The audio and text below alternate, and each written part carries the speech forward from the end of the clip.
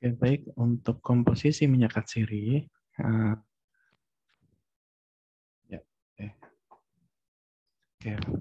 Jadi minyak atsiri tadi secara komposisi sudah kita katakan di depan ya. Minyak atsiri memiliki komponen atau komposisi yang beragam. Nah, selanjutnya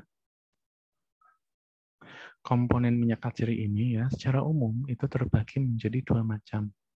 Yang pertama terpenoid ya, yang bawah ini. Ini terpenoid. Yang kedua adalah non-terpenoid, atau kita balik ya, non-terpenoid dan terpenoid. Tetapi kata kuncinya adalah di terpenoid yang ini ya, kata-kata terpenoid ini. Nah, sebagian besar komponen dari minyak atsiri itu sebetulnya adalah suatu terpenoid ya. Nah, terpenoid itu apa nanti hubungannya dengan suatu isopren dan jalur asetat mevalonat. Oke, lalu isopren itu apa? Nanti kita bahas di belakang. Lalu jalur asetat mevalonat itu apa? Ya, jalur asetat mevalonat ini adalah ada hubungannya dengan biosintesis yang terdapat pada makhluk hidup ya, khususnya dalam hal ini nanti tanaman ya.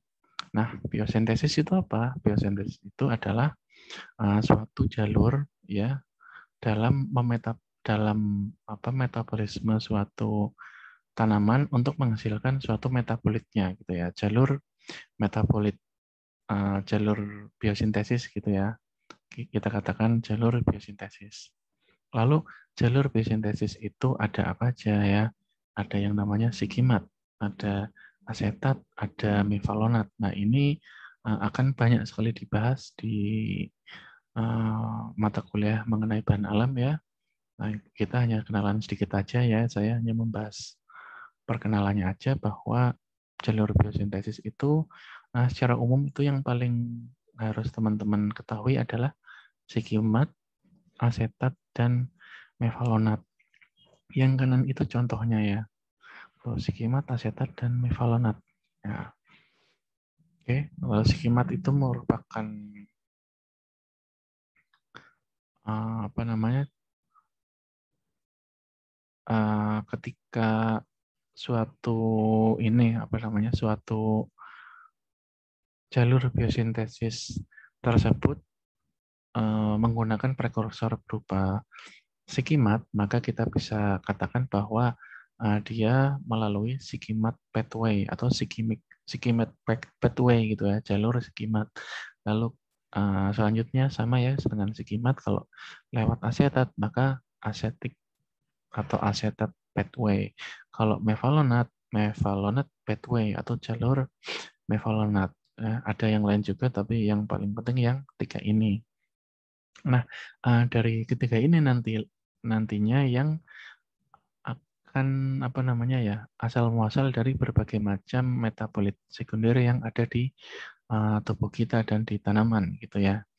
Nah, oleh karena itu teman-teman nanti juga bisa membaca mengenai jalur biosintesis, yang tertarik di bidang ini ya, nanti apa sih sebetulnya jalur biosintesis itu. Oke. Ya, jadi intinya seperti itu.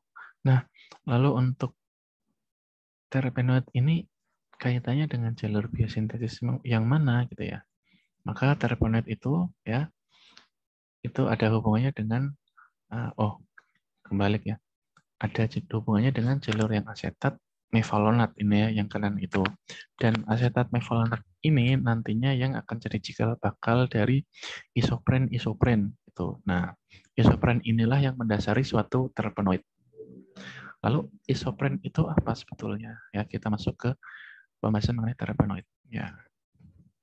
Jadi terpenoid ini adalah suatu golongan ya senyawa yang struktur dasarnya itu merupakan suatu isopren. Ya, isopren itu bentuknya seperti yang di kanan ini ya. Artinya dia punya C5 ini ya. 1 2 3 4 5. Nah, inilah yang kita katakan dengan suatu isopren. Nah, bila dua molekul isopren bergabung ya, dua molekul C5 ini bergabung, maka akan terbentuk suatu terpen ya. Nah, kita katakan dari dua isopren yang bergabung tersebut menjadi suatu terpen, kita katakan monoterpen, gitu ya. Oke, kalau di bawah itu contohnya ya, yang belum bergabung itu isopren dua isopren yang ini bergabung menjadi limonen. Nah, ini yang kita katakan sebagai monoterpen. Monoterpen ini adalah gabungan dari dua isopren. Isopren ya. Satu monoterpen. Maka ketika kita terpen. Maka ketika kita bicara mengenai terpenoid, itu akan selalu berkaitan dengan yang namanya isopren atau isoprena dan terpenoid. Seperti ini ya. Lalu juga nanti ada monoterpenoid dan lain-lain, itu harus teman-teman hafal di sini. Nah, kemudian ditinjau dari jumlah cincinnya, ya, terpenoid juga dapat dikelompokkan menjadi beberapa macam ya. Dan ini tadi saya lupa menjelaskan ya, isopren itu dapat bergabung membentuk suatu terpen ya. Baik itu ini dua sih. Ya, dua molekul tadi ya menjadi monoterpen seperti ini ya. Nah, tetapi kalau di sini kita contohnya siklik. Nah, tetapi ada juga yang seperti ini. Ya. Maksudnya tadi hanya contoh yang depan ya, ditinjau dari cincin yang terbentuk. Nah, terpenoid itu juga kita dapat kelompokkan menjadi asiklik, monosiklik, bisiklik, dan trisiklik ya. Artinya terbentuk cincin ya atau tidak gitu ya. Kalau tidak terbentuk cincin artinya rantainya terbuka seperti yang paling kiri ini ya contohnya. Kita katakan dia merupakan suatu terpen asiklik. Nah, ketika ini kan C10 dari dua isopren. Nah, ini juga yang kanan sama-sama C10. Ketika dia membentuk satu siklik, kita katakan monosiklik ya, mono. Ketika terbentuk dua cincin ya, maka kita katakan dia bisiklik. Ketika terbentuk tiga cincin, maka kita katakan dia trisiklik dan seterusnya ya, dari sikliknya. Nah, seperti ini ya. Jadi apa yang harus teman-teman pahami bahwa ini balik dulu bahwa yang pertama teman-teman harus mengenali apa itu isopren C5 ini ya. Dan kemudian teman-teman juga harus mengetahui bahwa antara C5 ini dapat bergabung menjadi dapat bergabung dengan C5 lainnya membentuk suatu konformasi atau satu grup gitu ya. Dari dua itu membentuk satu macam kesatuan menjadi namanya nanti ada monoterpen ya di sini, yang di sini diwakili dengan monosiklik, bisiklik, dan trisiklik kalau kita kelompokkan menurut cincin yang terbentuk.